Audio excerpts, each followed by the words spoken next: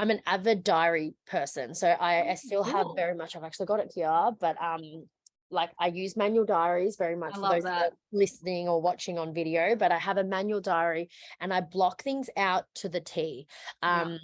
As much as I might not have the luxury of having so much spontaneity, but yet what I find is when I block time out and I go 9 till 10 is this task, 10 to 11 is the next task, 11 to 11:30 is the meeting. When I block time like that out, I actually have a lot more quality time in that hour that I've allocated to. So quality time is scheduled in, date night and social dinners with friends, they're all still scheduled in.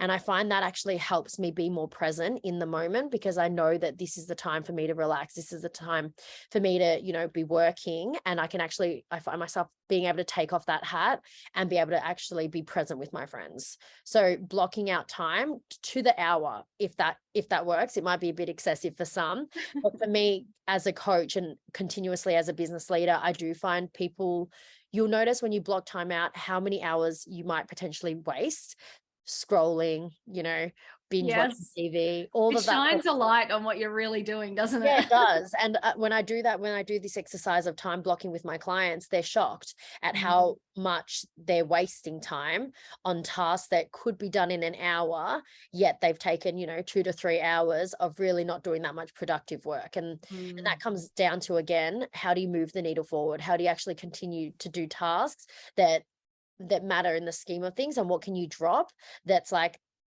this isn't a must have. Done is better than perfect. Yeah. And it's interesting too, because I think, if you looked back on your life, the time you spend scrolling on Instagram, you're not going to remember that time or value that time. So, when it does creep into tasks that are really important to you, like, writing that book or creating that sales page or, whatever it is, I think it's easy for people to say time blocking is not sexy Mhm.